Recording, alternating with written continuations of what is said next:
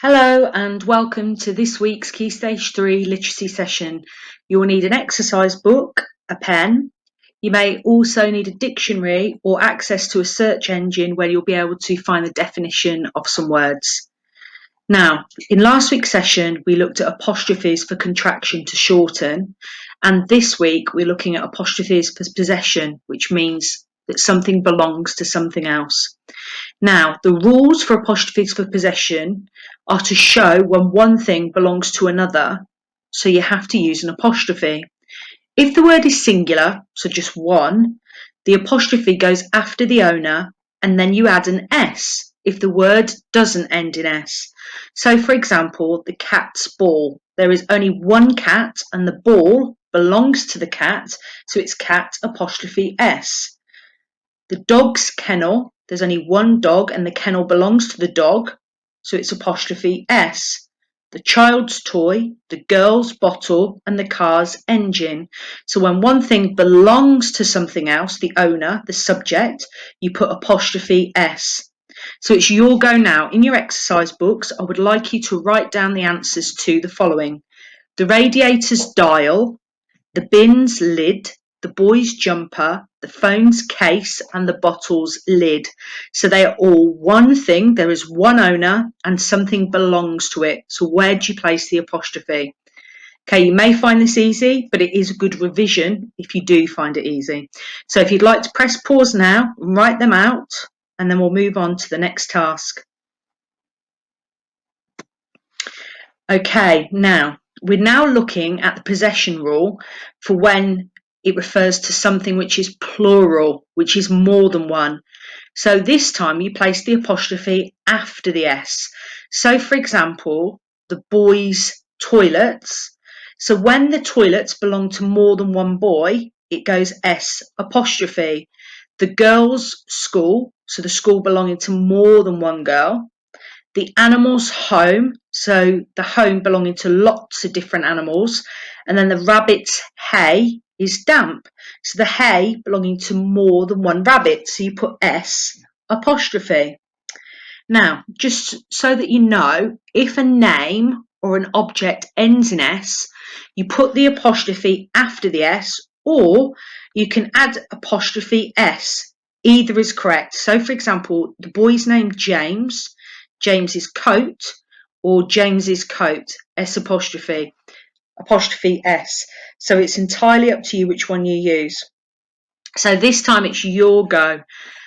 These are all plural. You need your parents' permission, where the dog's bones, the bones belonging to more than one dog, and the girl's hands were covered in tattoos. So where there is more than one girl. Okay, so if you can pause this now, and I would like you to write them out in your exercise books. Okay, so this is just a little bit of a longer exercise just to show that your understanding and knowledge. In brackets, I have written if it's more than one, and where there's nothing in brackets, it means it's singular. So A, the players' changing room was a pigsty after the game. The teacher's staff room is very noisy at break time. Tess's computer is very slow. The soldier's tank roared across the landscape. The doctor's surgery is busy on Monday morning. Mr. Jones's jacket is stylish. My sister's dress is lovely. So again, please write them out and put the apostrophe in the correct place. After you've done that, I would like you to write 2 sentences of your own that have an apostrophe for possession. Okay, please pause this now. Now what we're going to do is we're going to do some revision from last week's session. So we were looking at apostrophes to contract to shorten. So this is where you put 2 words into one, and it's normally used more in an informal setting. So let's have a look at the following examples. I have becomes I've. The H and the A have been removed and the apostrophe has been placed there instead. He will becomes he'll. It is becomes its. You will becomes you'll, and she is becomes she's. Now, we didn't do this last week, but o'clock actually means of the clock. So we're removing the whole word of the and the letter F, and we place the apostrophe where those letters are missing, and we push them together.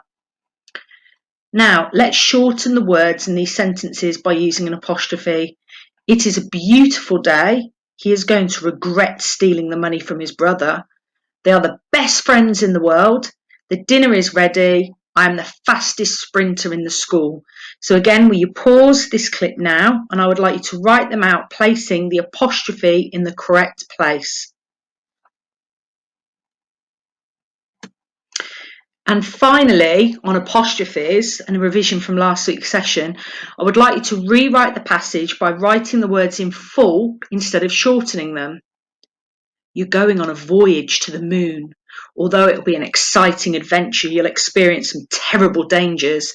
It's Jack's job to help guide and protect you. He's been well trained and has a lot of skills in survival tactics. I'd love to come with you, but I'm going on holiday to Hawaii tomorrow, and it'd be a shame not to go. Okay, ladies and gents, so again, I would like you to write the words in full instead of shortening them. Now, be aware, because there may be an apostrophe for possession there of something belonging to somebody else, so therefore you cannot make it into two words. Okay, good luck. Can you pause the session here now and don't start it again until you've finished?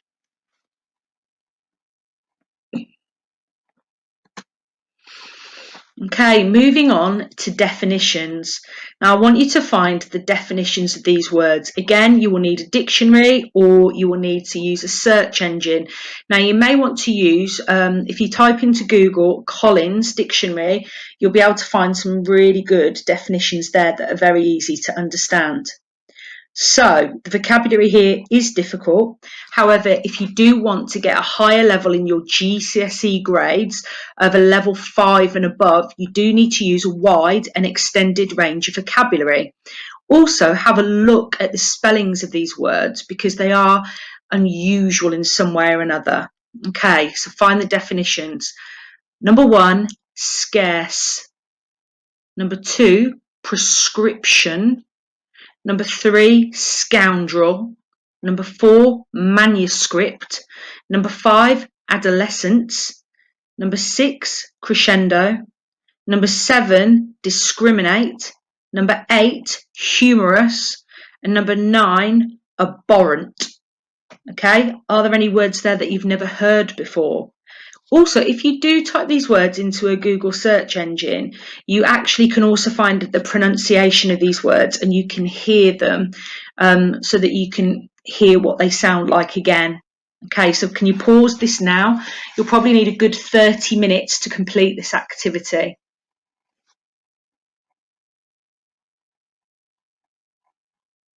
So let's find out the definitions of these words. Scarce. If something is scarce, there is not enough. Prescription. A prescription is the piece of paper on which your doctor writes an order for medicine and which you give to a chemist or a pharmacist to get the medicine. A prescription.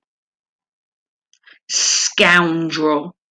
If you refer to a man as a scoundrel, you mean that he behaves very badly towards other people, especially by cheating them or deceiving them. Manuscript.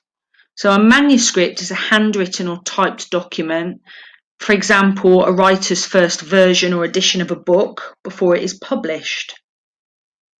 Now, adolescence is a period in your life in which you develop from being a child into being an adult. So, for example, now we could say you're going through the period of adolescence. Crescendo. A crescendo is a noise that gets louder and louder. Some people also use crescendo to refer to the point when a noise is at its loudest. Discriminate.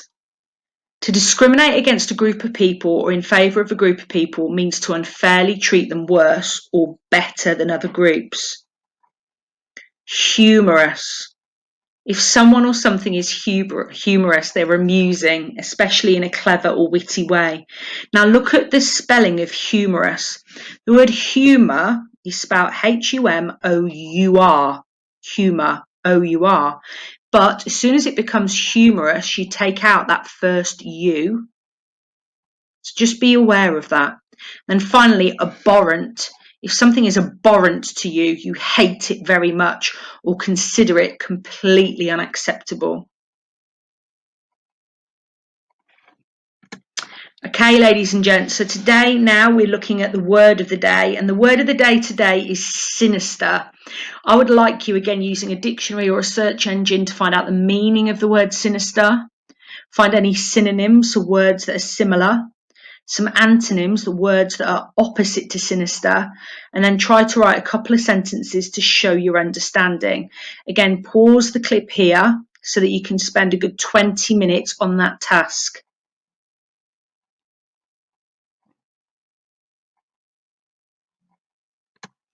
Okay, so the meaning of the word sinister. Sinister is an adjective, a describing word, and if you describe that something is sinister, it seems evil or harmful. Synonyms for sinister are threatening, evil, menacing, dire, and ominous. But the opposite to sinister, the antonyms for sinister are good, reassuring, calming, and encouraging. Now, some of the sentences that you could have to show your understanding are as follows.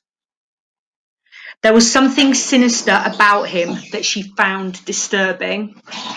Victor's sinister laugh cut through him. There was a moment of sinister silence, then a multitudinous stirring of the leaves. His face had a sinister, troubled expression. Okay, and moving on. Now, when we look at these bits here, what we're doing is we're actually looking at tier 1 and tier 2 vocabulary. And what we want to do is up-level your vocabulary. So the word sinister could mean bad, evil, or scary. So you may use those words, but if you want to up-level it, you may say the word sinister. So sinister is making you feel something bad or evil might happen. So it's giving the impression that something harmful or evil is happening. So there was something sinister about that murmuring voice. And I don't know if you've ever seen this character before. I actually haven't. But Mr. Sinister is a comic book villain, the bad guy in Marvel's X-Men.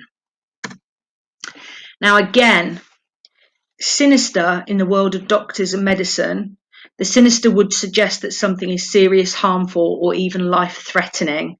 So a doctor might reassure you in the opposite way that it is nothing sinister to make you feel better.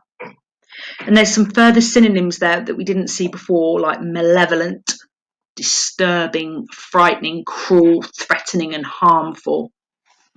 And then finally, the last task for this part here of the word sinister. Who do you think is more sinister, Thanos or Darth Vader? Speak to a family member or feel free to write it down in your exercise books. Who is more sinister and why? And finally, what do you think of this? Do you agree or disagree with this statement? Some parents might not want you to watch a 15 or 18 rated film as they are too sinister. Do you agree or do you disagree? Okay, we've got 2 more tasks for you. Firstly, the recommended read. So, from looking at the front cover of this novel, what do you think the novel might be about just from looking at the front cover? Give yourself a couple of minutes to look at that.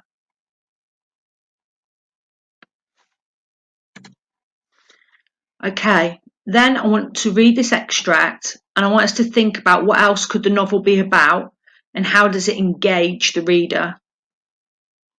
Alice didn't want to go into the shop. She looked at the posters in the window and then at the small ads.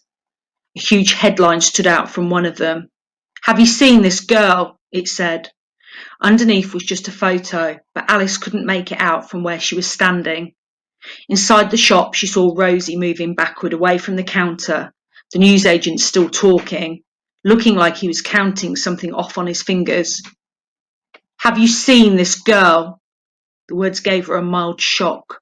All those years ago, in Berwick, the day after it happened. The streets of Berwick were covered in photographs.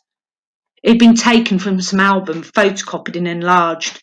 Someone had put the pictures in plastic sheet protectors, the kind that usually fitted into ring binders. They'd been stuck to trees and lampposts and the inside of people's windows. She'd been at home at the time, so she couldn't. Okay, so after reading that extract, you may want to read it again. What do you think the novel is about? And how does it engage us? And I really want you to look carefully at the sentence structures and the way that the sentences have been put together. And finally, for our last task of the day, our boggle sessions. As you can see, it's 4x4, so we have 16 dice there. So there are 94 possible answers. How many words can you find? Try to get as many as possible. Now, we can give rewards out, so please feel free to get all of your answers written down. Send a screenshot of it in to any of our media platforms or email it to us at claire.fairburn@theedgeacademy.co.uk, and we will get a prize to you as soon as possible. Thanks for taking part in this week's session. Take care now. Bye-bye.